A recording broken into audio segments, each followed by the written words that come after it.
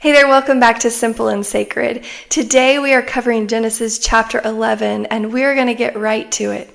The first 11 chapters of Genesis are a prologue to the history of the world. There's a distinction between the first 11 chapters of Genesis and the rest of the book of Genesis. These first 11 chapters have been answering some vital questions for both the original audience, but for us as well. They're answering the questions of who is God, what is he like, and what does he require of his people? It's answering the questions of who is humanity? Who are we? Why are we here? How did we get here? What is our purpose? It answers the question of what went wrong, because something obviously went wrong. And it also answers the question of how God is going to restore us back to Eden. And that's what's been echoing through these first 11 chapters. This remembrance of Eden, this temple that God has created, a place for him to dwell with humanity. And throughout the flood story, throughout the covenant that he makes with Noah, we see these echoes of Eden, this longing to be restored to Eden. And that's going to continue throughout the whole biblical story, because isn't it what we're all longing for? We're longing for Eden. We're trying to find our way back to Eden, the place where there is no death, where there is no sin, where there is no sorrow, where everything wrong is made right. But before we jump into chapter 11, I want to tell you a story. And this is how it goes. After a great flood, people were united and spoke one language. They became proud and rebellious toward the gods. They began building a very tall tower to reach the heavens. The gods, angered by their arrogance, destroyed the tower with powerful winds. They also confused the speech of humanity, causing people to speak different languages. Because they could no longer understand each other, the builders scattered across the earth. Now, I know that sounds really similar to the story of Babel in Genesis 11, but it's actually not from the Bible. This is an ancient Babylonian tale that tells us of a tall tower and of the gods coming and destroying it with wind. There's also a Polynesian legend that tells of Rada and his 3 sons surviving a great flood. After the flood, they attempt to build a tower to see the creator god Vatea. The god, however, chases the builders away, destroyed the tower, and caused them to speak in various tongues. There's also a Hindu tradition of a tall, proud tree that intended to reach heaven, gathering all mankind together under its shadow to prevent them from spreading out. Brahma, however, cuts apart the tree, and from its dispersed branches, different languages arise. There's also a legend from the Gaiko tribe in Burma, which says, in the days of Pandan, the people determined to build a pagoda that should reach up to heaven. When the pagoda was halfway up to heaven, God came down and confounded the language of the people, so that they could not understand each other. Then the people scattered, and Than Mai Rai, the father of the Gaiko tribe, came west with 8 chiefs and settled in the valley of the Sitang. All these different cultures across time have this similar story about humans building a tower and it angering either a particular god or multiple gods, and then that tower being destroyed, language being confused, and then the people scattering. So why would all of these cultures have a similar story? Well, it's probably because it actually happened. And so as we get into Genesis chapter 11, this is the story of the Tower of Babel. And again, like many of the other stories in the book of Genesis, these are actually really familiar stories. I remember learning about the Tower of Babel in Sunday school as a kid, and we had the felt board, and there was this big tower. And the story that I was told was that these people who didn't know any better were building this tower trying to reach God, trying to reach the heaven. And I remember thinking, well, they must have been dumb.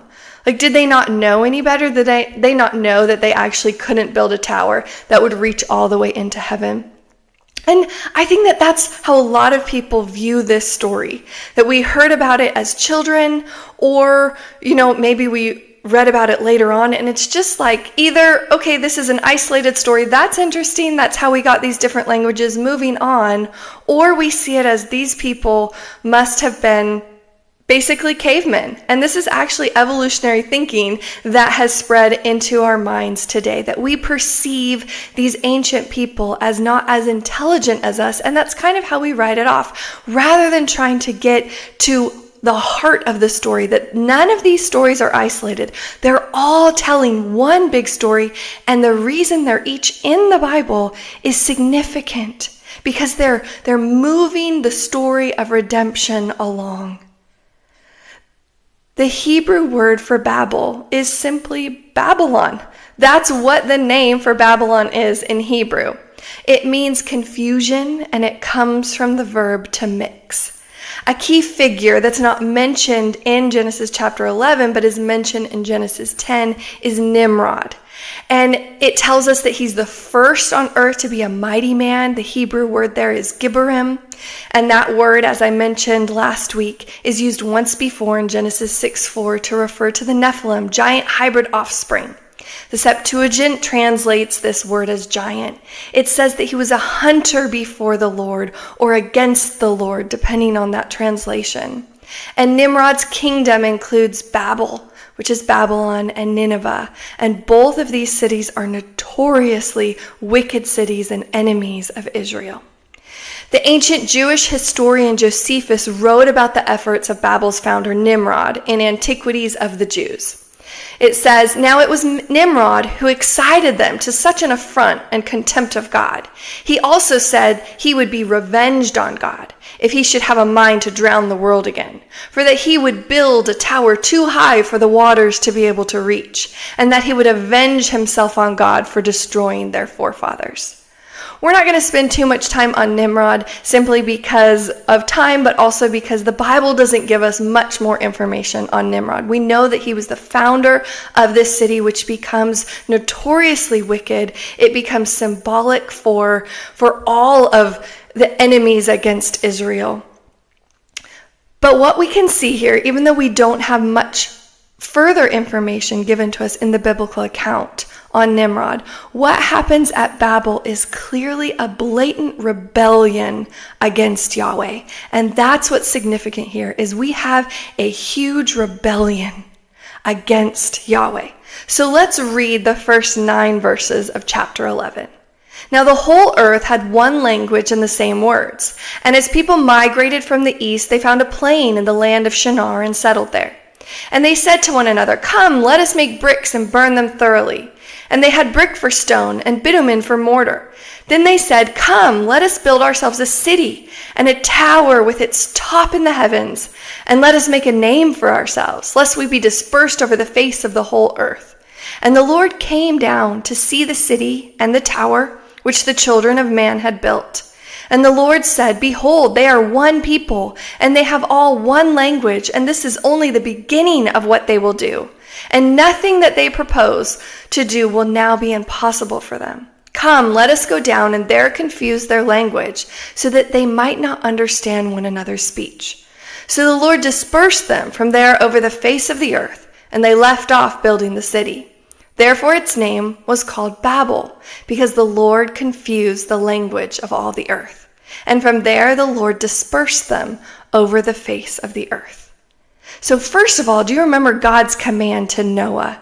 He told him to be fruitful and multiply, the same command that he gave Adam and Eve. He told them to fill the earth. So here we see at Babel, we have a direct defiance of that mandate. They are saying, let's do this so that we won't be dispersed across the earth. We're going to do exactly the opposite of what God has told us to do. So there's some really important words that we look at that if we just go through the list here that are going to shed some light on what is going on here. Because if they're not just building a really high tower, then what are they doing? And these words that we're given are going to give us some important insight to that. So first of all, there it says they migrated from the east. The grammar here in the Hebrew is not clear actually as to which direction they're going, but the east is significant. It appears that the people are trying to institute a reversal of the Edenic exile. They're trying to get back to Eden. The east is related to sanctuaries And that's going to be important here as we go throughout this chapter. It then says that they found a plain. Well, a plain has no mountains. Remember the importance of mountains. It's the place where heaven and earth meet, the place where humans met with a deity. So they're here in this plain where there's no mountains, and mountains are really, really significant, and the east is really significant as well. It says that they settled in the land of Shinar. This word Shinar actually means scattering. And so it's actually ironic what's going on here. It says they are settling in the land of scattering. They say, let us make bricks. This is interesting. Why are they making bricks instead of stones? Stones are a natural part of creation. Maybe there weren't stones available to them where they chose to settle, but stones are made by God. Bricks are not. Bricks are made by humans. And then they say, let's burn them thoroughly. This word burn in the Hebrew, it means, the Hebrew word is saraf. It means burning one. This harkens back to Genesis 3 when we saw that word regarding the serpent that meant shining one. This word for burn appears 41 times in the first 5 books of the Bible. And every time it appears, it's in a religious context. It's talking about a priestly work that's going on. So this is not just simply talking about burning the bricks in a physical sense, but what's going on here is they are doing something religious. They're building something religious. They're engaged in priestly work. It then says that they used bitumen for mortar. Well, mortar was the adhesive or the glue, so to speak, that holds the bricks together. And what's interesting about bitumen is that it is used for waterproofing. So here we have the people in defiance of Yahweh settling in this plain, and they're building this tower and they're waterproofing it, which is very interesting coming off of the story of the flood. They say that they're going to build themselves a city. Do you remember the city that Cain built? The Hebrew word for city stems from roots related to being guarded, woken, or watched, signified a fortified or protected place. A city was distinguished from a village or a settlement by its walls. Remember, God had given Cain protection, and yet he builds a city. There's this fortification.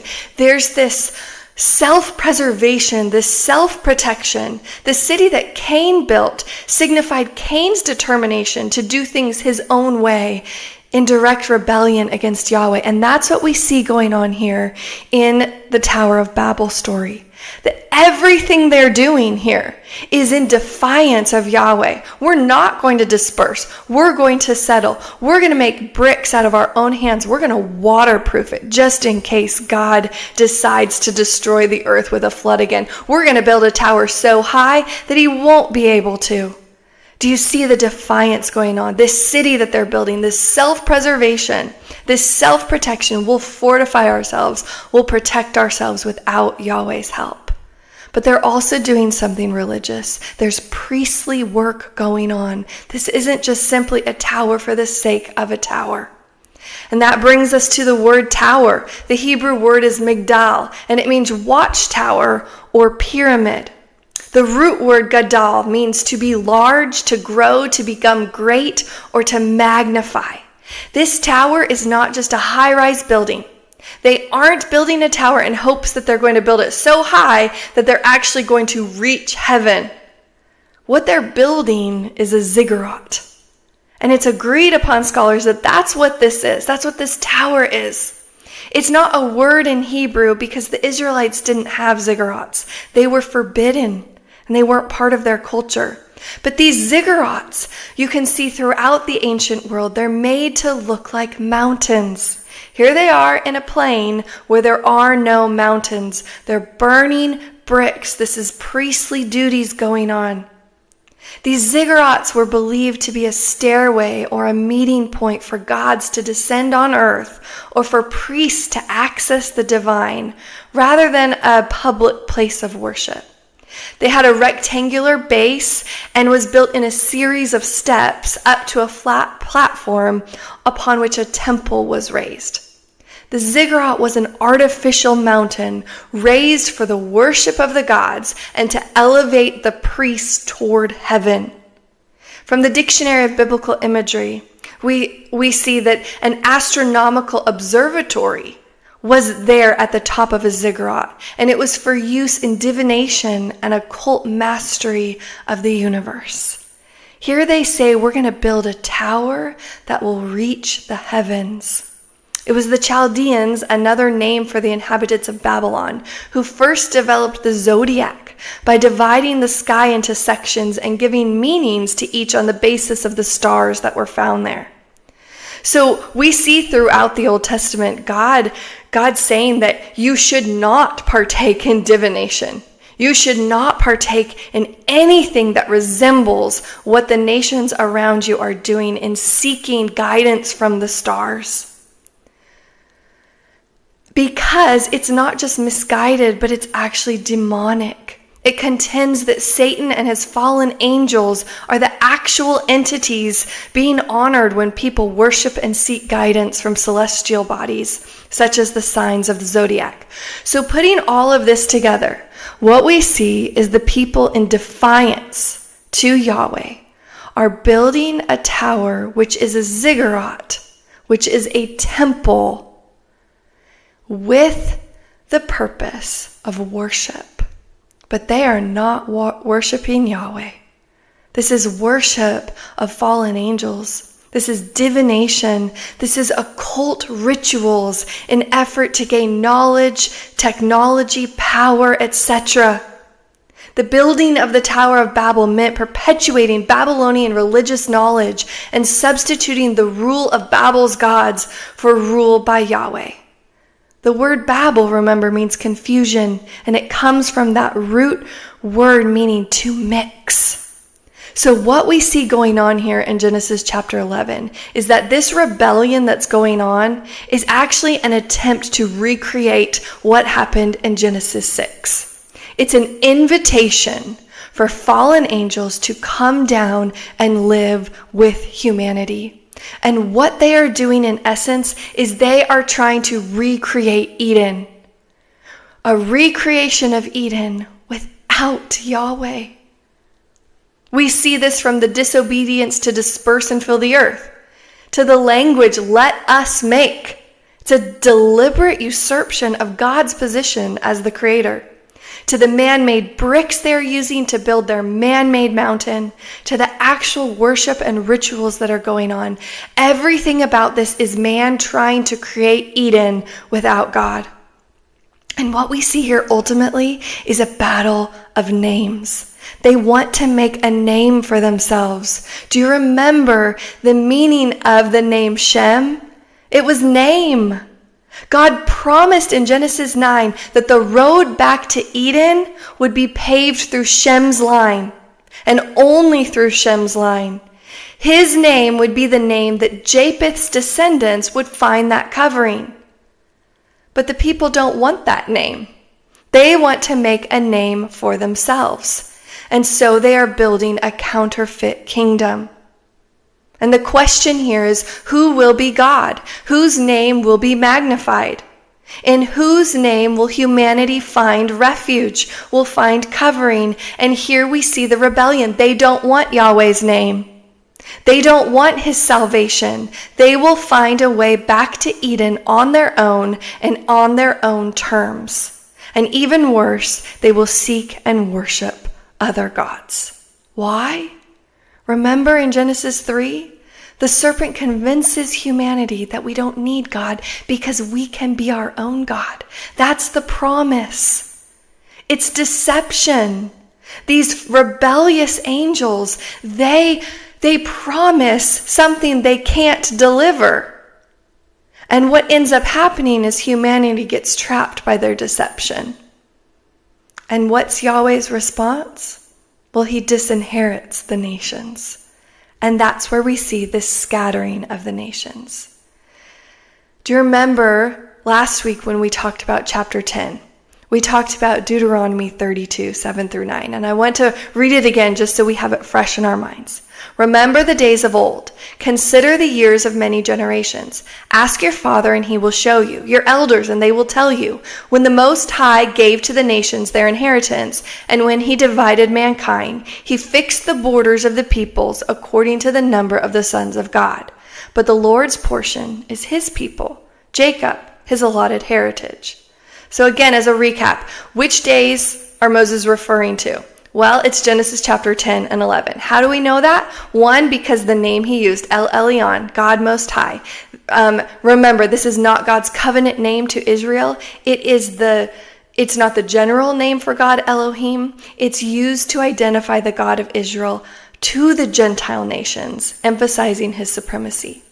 It talks about giving the nations their inheritance, dividing mankind, fixing their borders. And again, according to the sons of God. And I'm not going to go into why those sons of God are angelic beings. If you didn't listen to last week, I encourage you to listen to last week, episode 20, so that you can get the explanation there. Moving forward, we're going to go based on the interpretation that the sons of God are angelic beings. And so in Genesis 10, we get this table of nations, 70 names, 70 nations. And what we see here is the allotting of land. The people are dispersed into the places that God assigns them. And each group of people were placed under the banner or governance of heavenly beings assigned to them, these sons of God. They were meant to govern according to God's ways, but they eventually rebel, and we're not given that information on how or when they rebel, but we know at some point they do. And they turn the people of God away from Yahweh, and they lead them into worship of themselves. Psalm 82 is God's judgment on these heavenly beings. So what we see here are two currents running through the biblical story.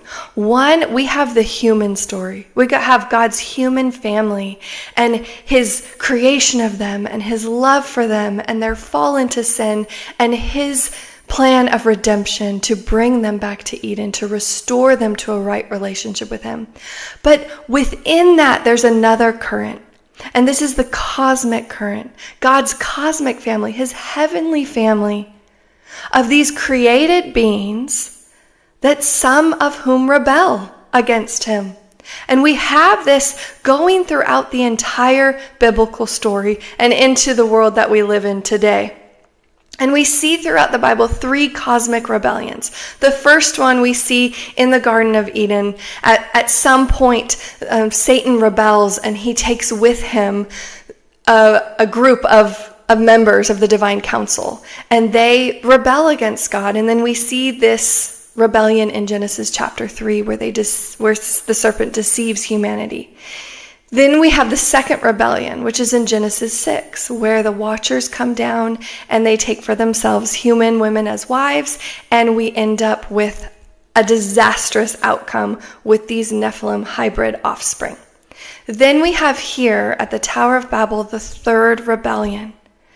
This rebellion is where God disinherits the nations. He divides the nations up and he allots them to a heavenly being.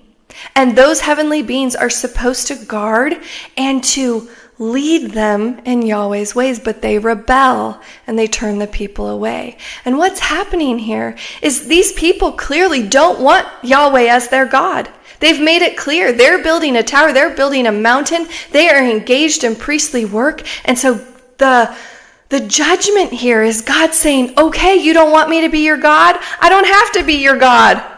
And so he gives them over to these lesser Elohim. These are created beings. They are not actual gods. There is only one God, but the Bible does refer to them as Elohim, this generic word for God. And what we get from this is this idea of cosmic geography. This is where we get the gods of the other nations. They had actual territory. Behind the human empires and kingdoms, there were cosmic spiritual powers. Daniel calls them princes. Paul calls them principalities. So some of these gods, we have Baal, the Canaanite storm god.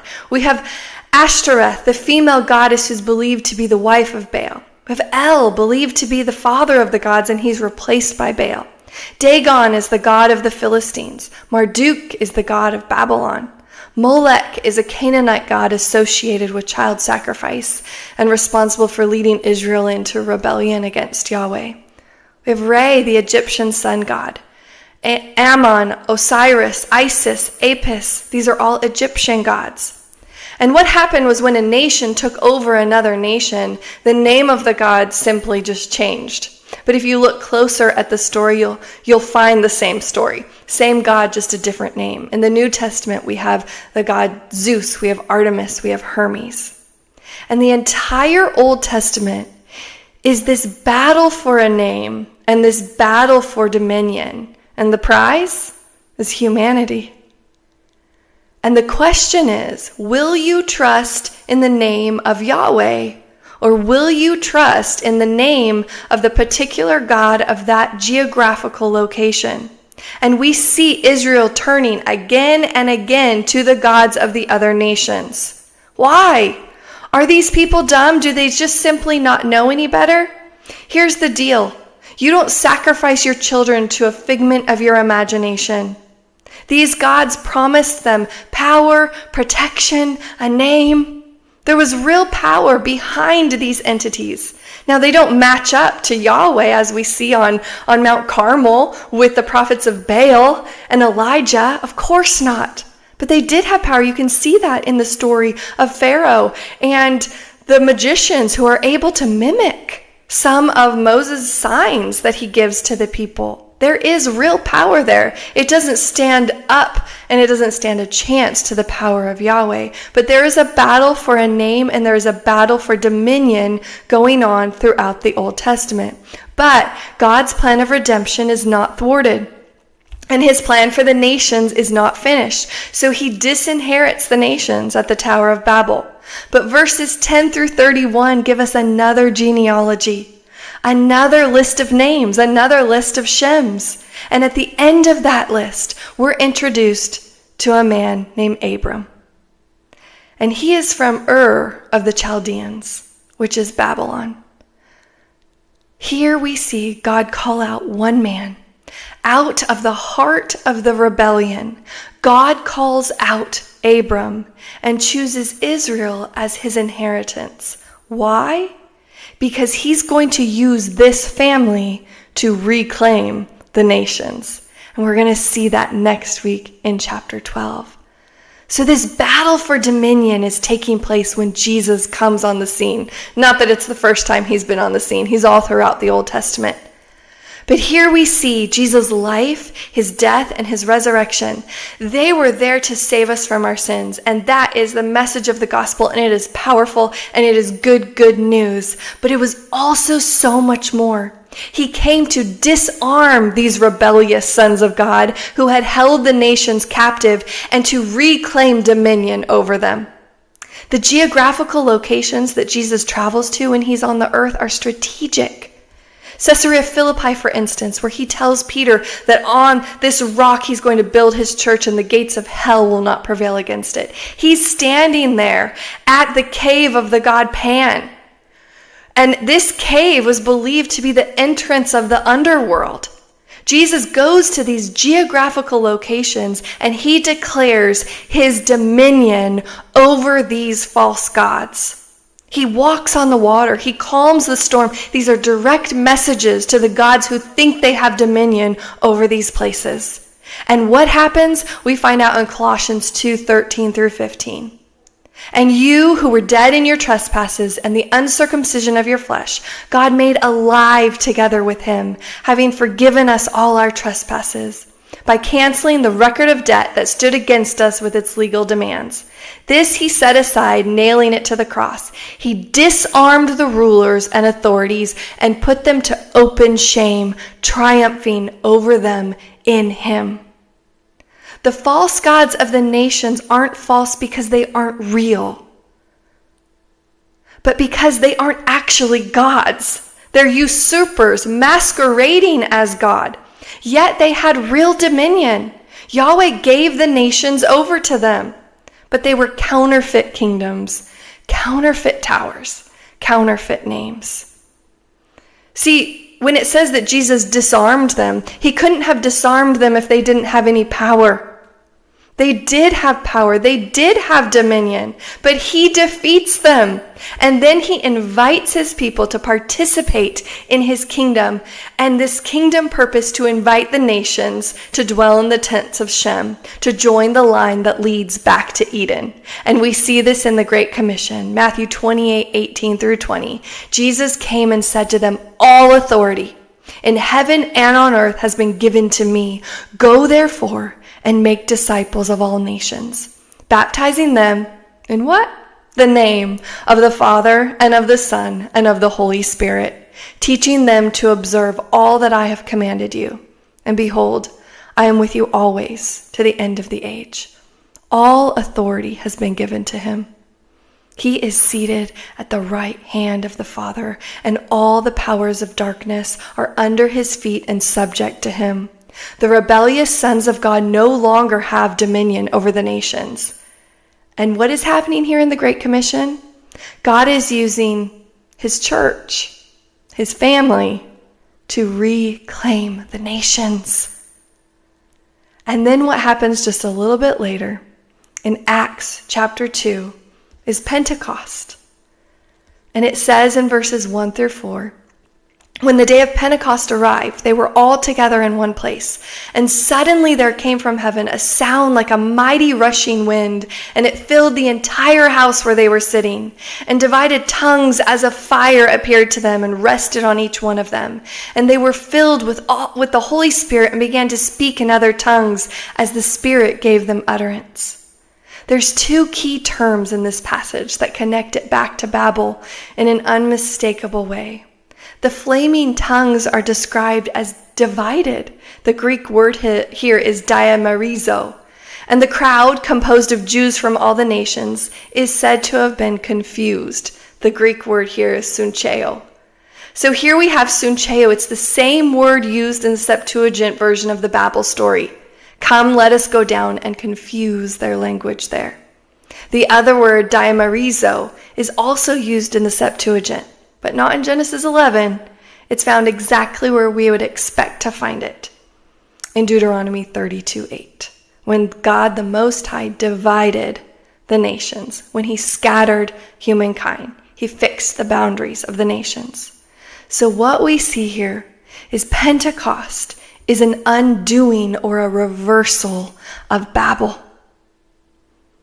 Isn't this so beautiful, this story of the Bible? That here at Babel, God disinherits the nations. Not because he's finished with them, but because they have chosen not to follow him, not to come under his name, but to build a name for themselves. And so he pulls out one man and one family, and through that family, he's going to use them to bless the nations. And so from that line, from Abram's line, is going to come the name above all other names. And he is going to disarm these rulers and authorities and win back the dominion over them. And then he's going to invite his church to participate in this mission to reclaim the nations. And here at Pentecost, we see these divided tongues of fire coming down, resting on the people. And these people are from different places that are dispersed throughout the known world. Acts 2:5-11 says, "Now there were dwelling in Jerusalem Jews, devout men from every nation under heaven. And at the sound this multitude came together, and they were bewildered, because each one was hearing them speak in his own language. And they were amazed and astonished, saying, 'Are not all these who are speaking Galileans? And how is it that we hear, each of us in his own native language, Parthians and Medes and Elamites and residents of Mesopotamia, Judea and Cappadocia, Pontus and Asia, Phrygia and Pamphylia, Egypt and the parts of Libya belonging to Cyrene, and visitors from Rome, both Jews and proselytes, Cretans and Arabians? We hear them telling in our own tongues the mighty work of God.'" All those nations referred to here in Acts 2 had been disinherited by Yahweh when they were divided. in Genesis 11. And if you were to compare the table of nations in chapter 10 with these nations that are listed here in Acts 2, it's the same map. Parthians, Medes, Asia Minor, Rome, these are the descendants of Japheth. Elamites, those from Mesopotamia, the Jews, Arabs, those are descendants of Shem. Egypt, Libya, Cyrene, descendants of Ham. Christ disarmed the powers of darkness through his work on the cross and his resurrection from the dead, and he reverses Babel. Whereas in Genesis 11, the language is confused, they can't understand each other anymore, and Yahweh gives them over. What happens at Pentecost is now he is coming down. They don't have to try to get to him. He has come down. His spirit has come down into his people. And now they are going to take the message of the good news of gospel to who? The nations. People from every tribe, tongue, and nation. He's reversing Babel. So what are our takeaways here? First, we're all longing for Eden, aren't we? That place that's free of death, free from sin, free from sorrow. And we're all trying to get back to Eden. That's what every human from the beginning of time has been trying to do. Trying to reverse what was done. But the question is, in whose name will we trust to get there? Because God is restoring us, not back to Eden, but he's restoring us to a new earth where he will dwell, and he's going to bring down a city where we will dwell with him for eternity. And we will find that freedom from sin, from death, from sorrow, where every tear is wiped away. But whose name will we trust to get there? Are you trying to use bricks of self-help, self-esteem, self-righteousness, or self-willpower? Or have you set your feet on the cornerstone of Christ, who is the only firm foundation? He has provided the way. All of our attempts are self-made righteousness. They won't stand. It's not sufficient. Are you building a counterfeit kingdom to build up your name, or have you surrendered to the kingdom that the gates of hell cannot prevail against?